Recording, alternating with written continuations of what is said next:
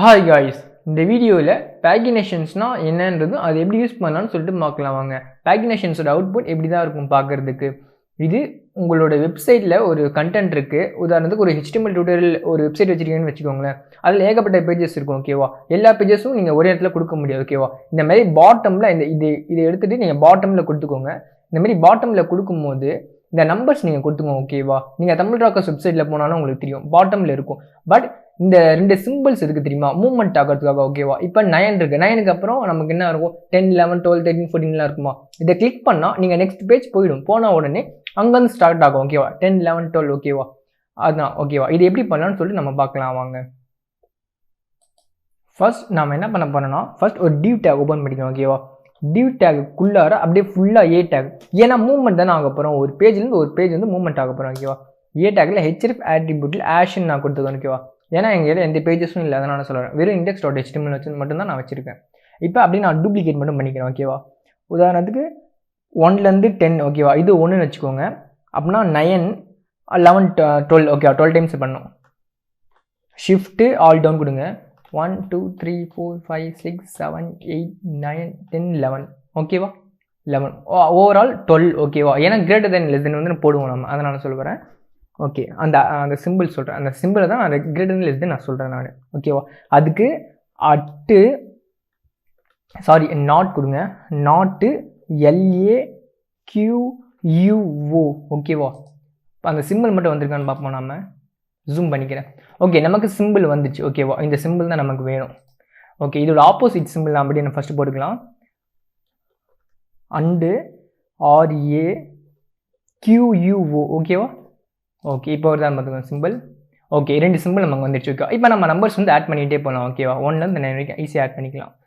1, 2, 3, 4, 5, 6, 7, 8, 9 ஓகேவா. ஓகே இது 10, இதை வேணால் ரிமூவ் வேணால் பண்ணிக்கலாம் ஓகேவா. நமக்கு 10 தேவை, 9 வரைக்குமே நமக்கு போதும் ஓகே. இப்போ 9 நம்பர்ஸ் வந்துடுச்சு, ப்ளஸ் அந்த சிம்பிள்ஸும் நமக்கு வந்துடுச்சு ஓகேவா. சரி, நெக்ஸ்ட் இப்போ நம்ம ஸ்டைல் தான் பண்ண போகிறோம் ஓகேவா. இப்போ ஸ்டைல் டேக்குள்ளார நீங்கள் first div take open div take ஓகேவா. டிவ் டேக் முதல்ல ஸ்டைல் பண்ணிக்கலாம். இல்லை என்ன ஸ்டைல் பண்ண போகிறோம்னா, டெக்ஸ்ட் அலைன் சென்டர் ஓகேவா. டெக்ஸ்ட் அலைன் சென்டர் இந்த ப்ராப்பர்ட்டி யூஸ் பண்ணால் போதும். உங்களுக்கு இங்கே இருக்க டெக்ஸ்ட் அப்படியே சென்டராக வந்துச்சு ஓகேவா. கிரேட்டர் தென் லெஸ் தென் வந்து முன்னாடி தான் காமிச்சேன், அது வந்து இந்த இடத்துல தான் இருந்துச்சு ஓகேவா. லெஃப்ட் சைடில் தான் இருந்துச்சு அதோட அலைன்மெண்ட். இப்போ நான் டெக்ஸ்ட் சென்டர் கொடுத்தோன்னே அது டெக்ஸ்ட் அந்த கண்டெய்னர் ஓகேவா, அந்த டிவ் டேக்கே உங்களுக்கு சென்டராக வந்துச்சு ஓகேவா. அதுதான் அட்வான்டேஜ். பட் சரி, நெக்ஸ்ட் வேற என்ன பண்ண போறோம்னா, மார்ஜின் டாப் 50 பிக்சல் ஓகேவா.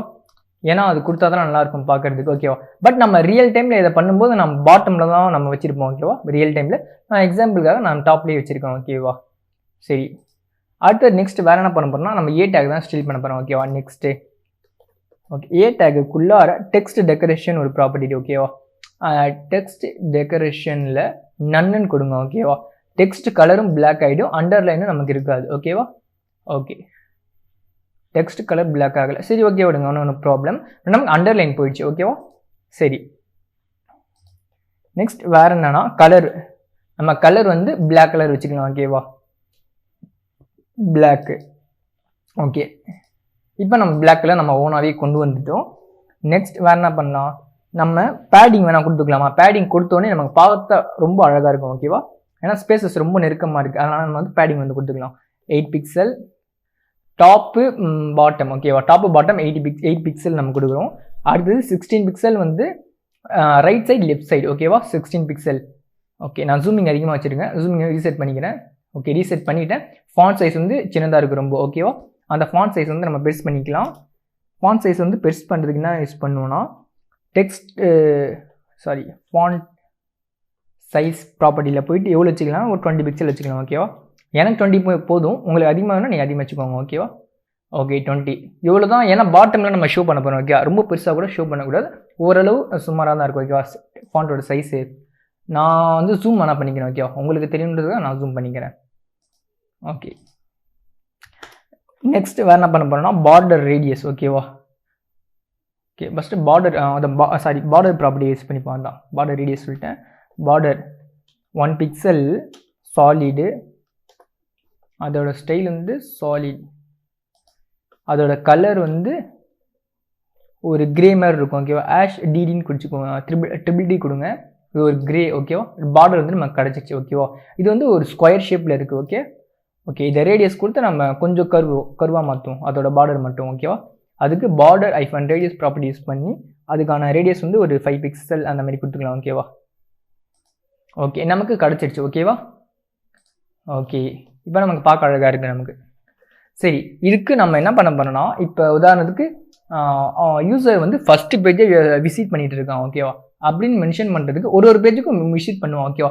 இப்போ index.html நான் ஃபஸ்ட்டு நான் விசிட் பண்ணுறேன்னு வச்சுக்கிறேன் ஓகேவா. அதுக்கு நான் என்ன எப்படி ஸ்டைல் பண்ணணும்னா, கிளாஸ்ன்ற ஆட்ரிபியூட்குள்ளார ஆக்டிவ் வேல்யூ மட்டும் வச்சுக்கிறேன் ஓகேவா. ஆக்டிவ், இந்த ஆக்டிவை அப்படியே மேலே போய் கால் பண்ணிப்போம் ஓகேவா.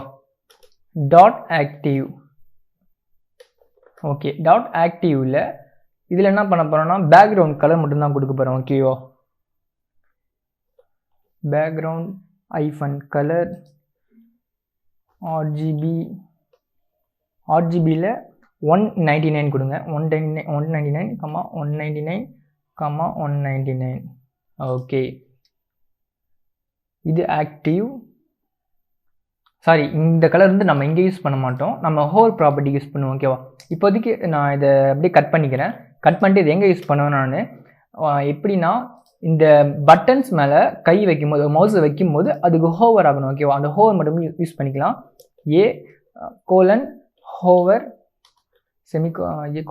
ஹோவர் ஹோவருக்குள்ளார இப்போ உதாரணத்துக்கு நாட் இதுக்கு ஹோவர் கொடுங்க.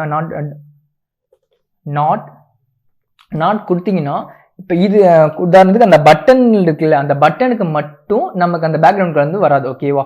Dot active. ஓகே புரியலன்னா நான் திரும்பி எக்ஸ்பிளைன் தான் பண்ணுறேன். இப்போ என்ன நடக்குதுன்னு மட்டும் பாருங்கள், இப்போ பார்த்தா உங்களுக்கு புரிஞ்சிடும் ஓகேவா.